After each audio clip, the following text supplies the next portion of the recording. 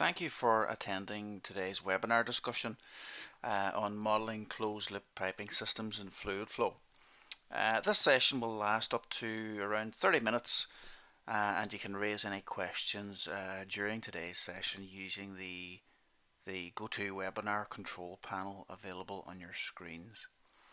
As we have limited time available today, we will respond to any questions raised during the session by email afterwards. Okay, so let's get started. So as you're probably aware, there are generally two main types of piping system in which pumps can be installed, namely open and closed loop piping systems. And we're going to focus today on closed loop piping systems. And as the title suggests, closed loop systems are closed piping circuits where the fluid circulates in a closed loop. Okay. Without any exposure to atmospheric conditions and typically without transfer of fluid into or out of the closed loop. And examples of such systems include hot oil circuits, cooling or chilled water circuits, hot water heating, or air conditioning systems. So we'll have a look at some of these typical example cases, and we'll come back to this model in a little while. So let's look at this hot oil circuit. Okay, so the fluid in this case is Therminal 66 with a design operating temperature of 650 Fahrenheit, system surface pressure of around 5 psi gauge. Okay, so we've assigned the fluid into this particular network at this boundary condition. And as we travel through the system, we can see that we have three pumps in parallel with two of these pumps switched off. Okay, so the status is off or closed for these two pumps, and the top pump is set on, and we're modeling a particular manufacturer's or a vendor pump in this particular instance. Let's look at the chart tab. So we can see the pump performance curve, the point where the system curve intersects. So we've got our duty point, and we can also see the duty point on the pump efficiency curve. Okay, we've got our power and NPSHR curves at the bottom. If we look at the results, we can see the duty flow is 126 meters cubed per hour. We've got a duty pressurize in pascals. I can change that to any unit I prefer. So let's just change this to meters fluid. So we've got 90 meters of fluid. The duty efficiency is 72%, with the duty power requirement of 32.7 kilowatts. And we can see very quickly here that the NPSHA exceeds that required by quite some margin. So we can make a quick check on that at this stage to see if we're within the design requirements for the vendor pump. Okay. So let's have a look throughout the rest of the system. So the fluid is traveling through to this KV element, which is just an element which allows us to model the pressure loss of any fitting or piece of equipment as a function of flow. So we're modeling the pressure loss of this particular element as 30 psi at a flow of 560 US gallons per minute. We've also got the reference density as provided by the manufacturer defined here as well. So the software will scale the pressure loss traveling through this component based on the actual flowing conditions in the system. We have a pressure control valve in this branch, which is set off or closed, and finally we've got two other branches with heat exchangers where we're modeling the manufacturer's loss data for the heat exchanger. You have the option of choosing a fixed pressure loss value or choosing standard relationships. There's more information on these settings in the help file. And we've also got two bypass flow control valves. So if we look at the top one here, it's a manufacturer's valve we're modeling here, and the design flow requirement is 112 US gallons per minute. If we look at the chart tab, we can see the duty point on the control valve curve, and we can also see in the calculated results the calculated CV and the valve opening position, so 51% open And if we just quickly look at the bottom, we can see again that the calculated CV and valve opening position is also given 58%. Okay, so that really concludes our little initial look at this thermal circuit. The return leg just comes back into this boundary condition. So let's now look at a freshwater cooling network. So this was a network modeled by a new user, and it's a cooling circuit for a ship.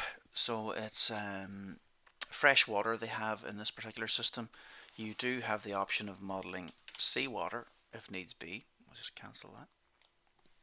And the fresh water is 37 degrees C, and it passes through to the circulation pump. Okay, so again we've got a vendor pump. Okay, so you can see the duty point on the curve. And we pass right down through the end of the system. So we've got a number of branches here. We've got orifice plates. So we've got an orifice plate of 9mm at the first branch, 8.75 for the second branch, and so on. So we're balancing the flow through this system. We've got a number of heat exchangers where we're adding 17.6 kilowatts of heat into the circuit at this point. We're adding 16.6 and 120 kilowatts, and so on. So we can see the fluid inlet temperature conditions 37 degrees C, and the fluid leaves at 40 degrees C based on the flow rate and heat transfer and so on passing through the branches.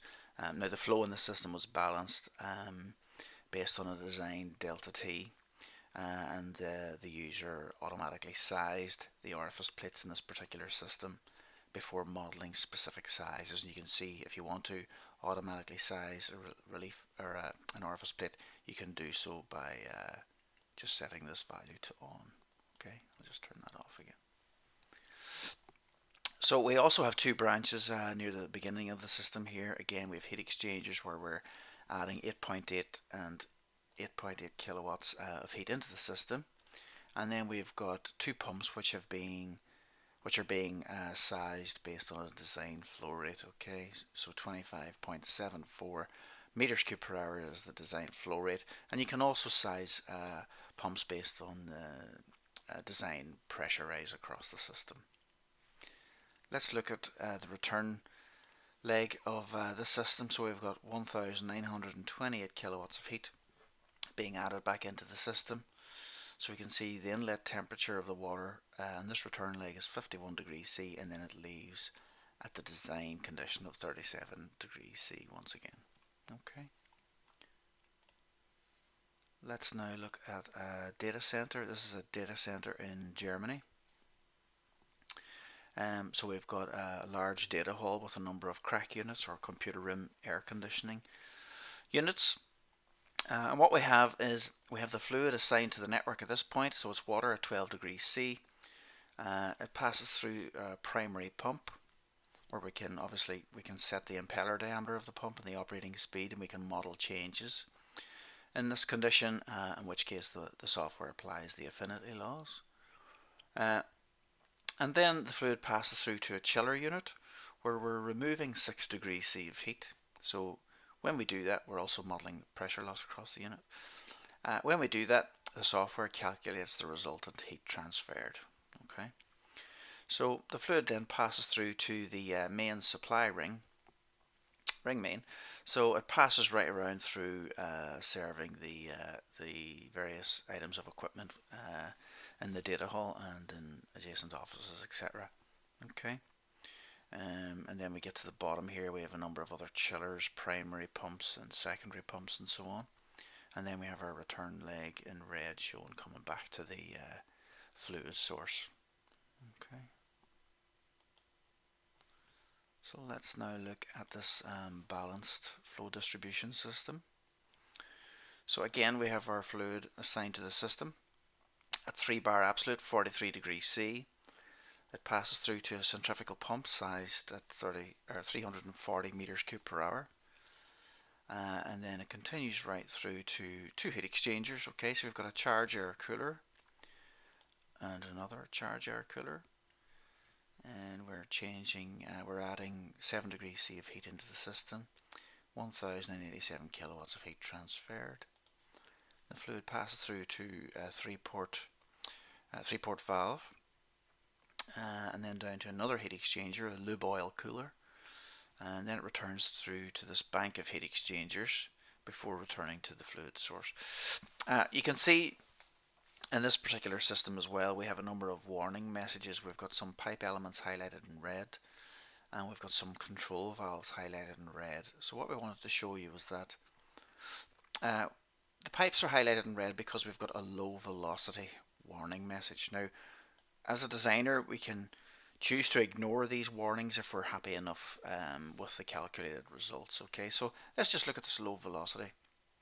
So it's telling me that the velocity is 0.0 meters per second. So let's just expand the decimal point position for a moment. I just right mouse click there. So you can see this operating velocity is really low. So we might want to look at changing the pipe diameter along this particular branch to change this design velocity. Okay, we can see at the moment we have we're not using a standard pipe size from the database that is provided with the software. We're using a user-defined internal diameter of 159.3 millimeters, and the roughness value we're defining as well. In which case, based on the flow rate, etc., we are arriving at this really low velocity level. So there might be opportunity for optimizing the performance or the design of this particular system. Okay. We also have a number of warnings for these control valves. What do they mean? So if I select any of these warnings, you can see it's automatically locating the relevant element in the flow sheet. So we're looking at control valve 105. Okay, so it's saying that the valve position is below the minimum limit. And if I look, I can see that the valve opening is 20%. If I look at this next one, it's 29% open. And finally, if I look at the third one, the calculated CVs provided and the valve opening position is just 5%. Now, if I look at the warning messages for liquid systems, for control valves, any control valve that is below 20% open or above 75% open will mean that we get a warning message. So it allows us the opportunity to review the performance of that particular valve and perhaps again optimize the system or change out the valve for another more suitable valve. Okay, so that's the first tier of warnings for control valves. There's a second tier for control valves. So if I look at the database of control valves, and let's look at, for instance, let's look at Keystone, and let's look at the 2-inch butterfly valve and look at the performance curve. So you can see there's a minimum and maximum limit here, and this is just limits based on available data provided by the manufacturer. So for instance, if the curve was defined up from 15%, let's say, to 100%, we can just enter a final 0,0 coordinate and just set a minimum limit of 15%. So if we have a duty point below 15%, we'll get that warning message. Okay. So let me just cancel that for the moment and move on to look at another example case. So this is quite a large system. It's a hot and cold header circuit. Okay, so if I just quickly select options calculation, we can see that there are over 2,500 components and almost 3,000 pipes in this particular system. Now we've zoomed out just to give you an overview of the size or scale of this particular system. It might look daunting initially, but what you'll find here is that when this designer was developing this network, they simply created this bank of elements down here and defined an inlet and outlet boundary, calculated it, solved it, removed any error messages, optimized that circuit, and then when they were happy with the results of that circuit, they just copied and pasted that bank over 2 more times and then completed the connectivity around this, calculated that, And when they were happy with the results of that, they just copied that entire bank over a second time and a third time. And from that, they were able to expand the system. And a number of these branches in the system are also identical, so they're copied and pasted each of these as well. So they were able to develop the connectivity much quicker than you would imagine. And this little PDF here gives you an overview of the complete system. Okay. So these examples provide a good overview of typical closed loop circuits, ranging from simple to the more complex. The larger the closed circuit, the more complex it becomes to design successfully, especially when there are multiple sub loops like we have in this particular system. And on FluidFlow, there are generally two approaches you can take to modeling closed circuits, as shown in this example which we had open at the beginning of the session here. Okay, the top model includes a single boundary element where the pressure condition or reference pressure for the circuit is defined. Okay, the second model, although visually different, is exactly the same, as all we have done is define the closed loop using an inlet and outlet boundary element. However, as we can see here, the pressure condition at both of these boundaries is exactly the same. Okay, 1 meters fluid gauge, and we have 1 meter of liquid level above the base of the tank in this pipe. This supply pipe is connected to the base of the tank. Okay. So the models are exactly the same. Okay, so if I look at the results for this pump, let's show you how you can adjust decimal point positions. So if we look at the flow, I'll just change the decimal point position, okay, to 0. And I'll change this back to pascals. Change the decimal point position. So when I select OK, you should see these values adjust automatically, and there we go. Okay. So yeah, if I now look at the results for the second pump, you'll see the results are exactly the same. Okay. The only thing that's changing here is the user number, and that's just the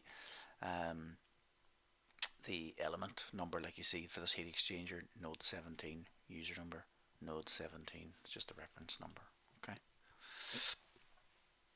Okay, so a point worth noting, I guess, at this stage is that when modeling closed circuits, the defined system or reference pressure assigned to the system won't affect the calculated flow rate for the circuit. It only affects the calculated pressures at each point throughout the system. So for instance, if I set the pressure to 10 atmospheres in this system and recalculate the network, you can see the pressure values have all changed and updated, but the flow rate is still 23 meters cubed. So let's just restore that to 1 atmospheres once again, recalculate, and it's 23 meters cubed. It's unchanged. Okay, so that just demonstrates that little point. And one of the unique aspects of these systems is that the static elevation is not accounted for in head pressure calculations, as these systems are unaffected by static pressure. But I guess that said, we still need to check there is sufficient NPSHA, that the static pressure throughout the entire system doesn't fall below the fluid vapor pressure, thereby inducing cavitation and so on. And FluidFlow software enunciates warning messages when our system operates with these undesirable conditions. So these warnings help eliminate these conditions and help develop more effective, efficient, safe and reliable systems. And any pump selected for these circuits must be able to pump the fluid to the highest point of the system without inducing vacuum or flashing, and the pump also needs to be evaluated for shut-off pressure and so on. So the software helps you optimize the performance of these systems through identifying warning messages as appropriate. Pumps in operation in closed loop systems are only required to overcome the friction losses in the system arising from the pipework and fittings, and regardless of where the pump is positioned in the system, the differential head developed by the pump will always be the same. FluidFlow software can help with these operating conditions, allowing you to model different operating scenarios and evaluate pump performance and valve performance, etc. The software identifies the duty point, as we have seen, on the pump performance curves, allowing you to establish if the pump is operating close to the best efficiency point. So for instance, the hot oil circuit here. Okay, we're very close to the best efficiency point in this case. And ideally, the best efficiency point should fall between the minimum and maximum design points to maximize the pump operating efficiency across the design operating range.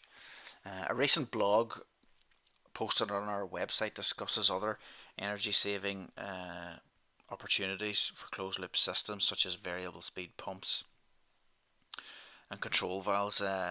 We would recommend this as further reading on the topic, and you can access this through our website by selecting blog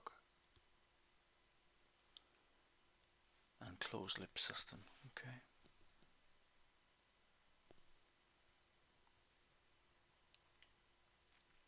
Okay. So what we'll do at this stage is we'll just show how you can build a typical example of a closed loop system, and we'll build it relatively quickly, like so.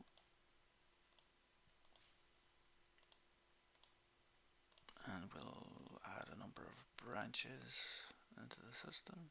You can see the software is automatically fitting a T-junction for us here as necessary. Okay, so let's add in a few plate heat exchangers. Okay, so we'll add one here, like so. And let's include a pump, a centrifugal pump, like so. Okay, so the first thing we might do is define the fluid condition. So let's just say we'll add an arbitrary value of 6 degrees C water to the system. And now what I'll do is I'll define the various pipe lengths. So we'll make this pipe 4 meters, and we'll make each of these pipes at the bottom here 5 meters in length, and the corresponding pipes at the top. We'll make them all 5 meters. And now I have two 5 meter pipes here at each side of this pump. So what I'll do is I'll just click this single pipe and change that to 10 meters to make it symmetrical. I'll make all of these pipes across the top here 4 meters, like so. And I'll mark all of these pipes at the bottom, and I'll also make those 4 meters. I'll make this, I've defined that already. I'll make these two pipes, I'll make this bottom one 4 meters, and the top one will make it 2 meters. Okay, and let's focus on the heat exchangers for the moment. So I'm going to hold the shift key and multi-select all of the heat exchangers, and I'm going to make a heat transfer calculation here. We're going to have the heat into the network, and we'll make it 50 kilowatts of heat added to the system. And we have 3, 4, 5 heat exchangers, so what I'll do is I'll remove 250 kilowatts of heat from the system at this point. 250 kilowatts out of the network, okay, and that's kilowatts into the network. Perfect. Okay. So let's look at the pump. We'll automatically size this pump as well based on a design flow rate of 11.96 kilograms per second. Okay, so let's calculate the model to see what happens. Okay, so the model is solved. The flow direction is shown throughout the system. I haven't given any consideration to pipe diameters at this stage or made any attempt to balance the flow throughout the system, other than just define a single flow value at the pump. Let's see what the warning messages are. We've got high velocity warnings. So if I look at this pipe, we can see, well, firstly, let's look at the input. It's all default information, okay? So It's a 2-inch schedule 40 pipeline. Now remember, the only thing I have edited here are the pipe lengths, but I made this pipe 10 meters, as we can see here. So it's a 2-inch schedule 40 pipe. The internal diameter is 52.5 millimeters for that pipeline. The software allows you to automatically size pipes using 3 different sizing models: design velocity, a design pressure gradient, or an economic velocity, which is the default setting.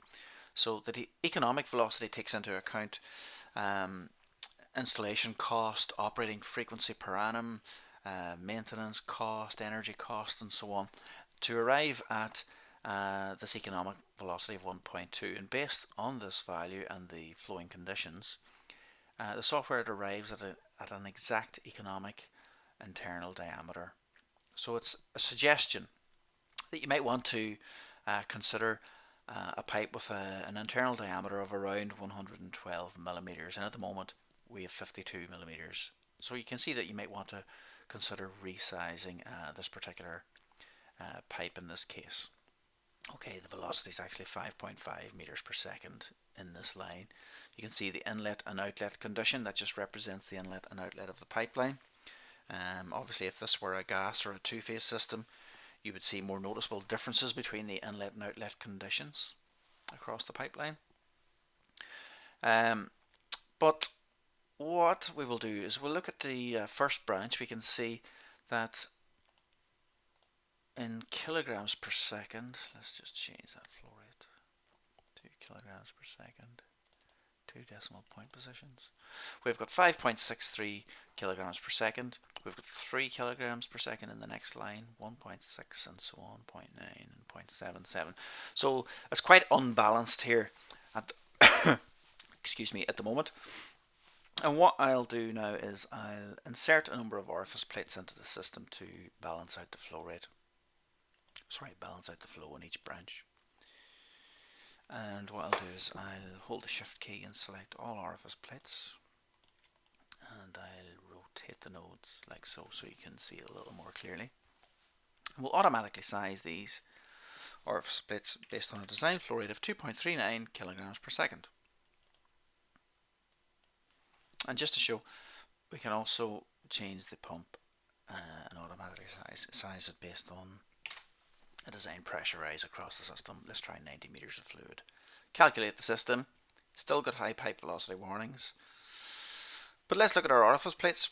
We've got a flow rate of 2.39 kilograms per second now, and it's telling us the K value, and the calculated size is 11.64. So that's the size of orifice plate we would need in that line. We have the friction loss and the corner tap loss. I can also display the flange tap loss for these orifice plates if I wish. The next orifice plate is a slightly different size, 11.93, 11.98 and so on. Okay.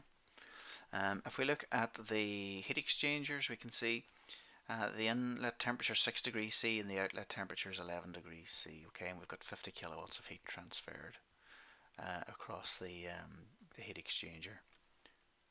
And then if we look at this final heat exchanger, we had 250 kilowatts of heat transferred. The inlet fluid temperature condition was 11 degrees C and the outlet temperature was 6 degrees C. So the design of the system is being optimized as we develop the network, and this system has been developed based on a delta T across this system of 5 degrees C across the heat exchanger. Okay, so we can see that's 6 and 11 degrees C, 5 degrees C delta T right across each heat exchanger in this case. So that's just a very quick example of building a closed loop system with a number of heat exchangers and balancing the flow and so on. What I'll actually show you is you can, for instance, swap this out. I'll swap out an orifice plate for a control valve, and I'll automatically size the control valve based on this design flow that we had already defined, and you can choose the control valve type. Let's calculate. Okay, so the model is now calculated, and we can see that the CV for the valve is calculated. So we would have enough information here to approach a valve supplier with a view to choosing an appropriate valve for the system. Okay, so today's session, I guess, then has looked at closed loop circuits, and for simplicity, mainly fully primed and in the steady state condition. Further evaluation can be completed using FluidFlow to consider dynamic type operating conditions and so on. And the software is available as a fully functional 4-day trial. You can see by selecting this free trial tab here and filling out the brief form here and click on the start free trial button, and you can speak to our team at support@fluidflowinfo.com or on sales@fluidflowinfo.com if you have any further queries. Thank you very much for your time, and we hope you have enjoyed today's session, and hopefully we'll talk soon. Thanks very much. Thank you.